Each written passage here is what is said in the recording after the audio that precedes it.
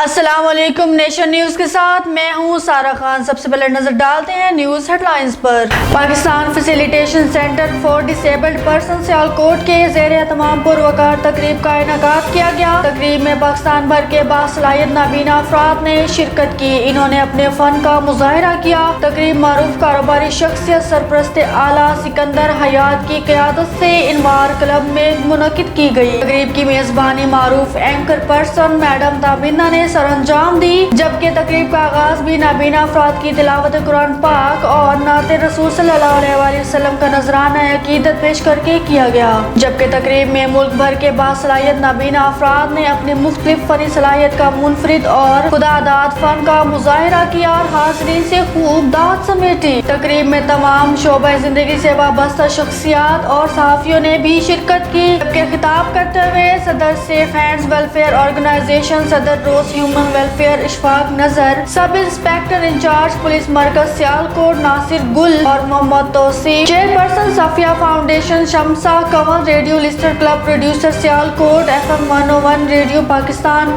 محترمہ انجم چودھری، محترمہ غزالہ اکبر سمیت دیگر نے معروف کاروباری شخصیت اور سرپرست اعلیٰ سکندر حیات کی نابینا افراد کے لیے کی گئی تقریب میں نابینا افراد کو انعامات تقسیم کر کے ان کی حوصلہ افزائی بھی کی۔ پروکاڑا ایسوسی ایشن کے زیر اہتمام عمرہ کی سعادت حاصل کرنے والے خوش نصیب وکلاء کے درمیان قرآن اندازی کے حوالے سے خصوصی تقریب کا انعقاد کیا گیا، جس میں مہمان خصوصی Raja Safdar Iqbal district and session جج اوکاڑا تھے۔ تقریب میں وکلاء کی بڑی تعداد شریک تھی۔ عمرہ کی سعادت حاصل کرنے والے خوش نصیبوں میں نجیب اللہ خان بلوچ، محمد شاہد اقبال بھٹی، محمد افراہیم انور، مس عذرا بطول ایڈوکیٹ شامل ہیں۔ خوش نصیب افراد کو 15 یوم کا مکمل پیکج دیا گیا۔ اس موقع پر مرحومین وکلاء کے احصال ثواب کے لیے دعائیں مانگی گئی۔ کرایوں میں کمی کے نفاذ اور فوری عمل درآمد کو یقینی بنانے کے لیے ضلع انتظامیہ متحرک ڈپٹی کمشنر پاک پتن سعدیہ مہر کی ہدایت پر اسسٹنٹ کمشنر پاک پتن سیکریٹری DIRTA اور مجسٹریٹ نے بس سٹینڈز، پرائیویٹ ویگن سٹینڈز کا دورہ کیا اور پیٹرولیم مصنوعات کی قیمتوں میں کمی کے بعد کرایوں میں ہونے والی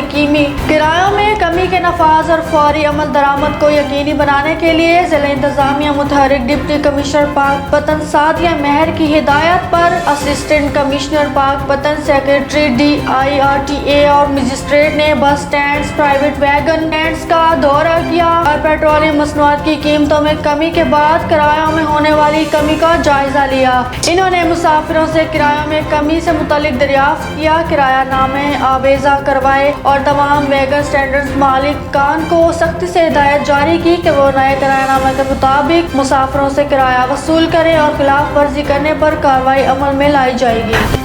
سانگڑ روڈ نواب شاہ نورانی ہال میں ایک سیمینار بین المذاہب مسلمین تقریب منعقد ہوئی، جس میں مہمان خصوصی مذہبی جماعتوں کے رہنما، اقلیت اراکین شامل تھے۔ اس اہم تقریب کے فل پروف سیکیورٹی انتظامات کیے گئے۔ مقررین نے اپنی تقریروں میں مذہبی تفرقے اور سیاسی نظریات سے بالاتر ہو کر پاکستان اور پاک فوج کے کردار پر روشنی ڈالی۔ ان کا کہنا تھا کہ ہر مذہبی اور سیاسی تفرقے سے بالاتر ہو کر صرف پاک فوج مسلم پاکستان کی دفاع کے لیے کوشاں ہے۔ ان کے خفیہ ادارے پاکستان کے علاوہ پوری دنیا میں پاکستان کی دفاع کے لیے کام کر رہے ہیں، جبکہ ان کے بچے پاکستان میں موجود ہیں اور یہ لوگ پاکستان کی دفاع کے لیے سیسا پلائے دیوار بنے ہوئے ہیں۔ ہمیں کوئی حق نہیں کہ ہم ان کے خلاف کوئی بات کہیں۔ آخر میں تمام حاضرین نے کھڑے ہو کر پاکستانی پرچم کو سلیوٹ کیا اور پاکستان زندہ باد، پاک فوج زندہ باد اور پاکستان پولیس زندہ باد کے فلک کشاف نعروں کے ساتھ تقریب کا اختتام کیا۔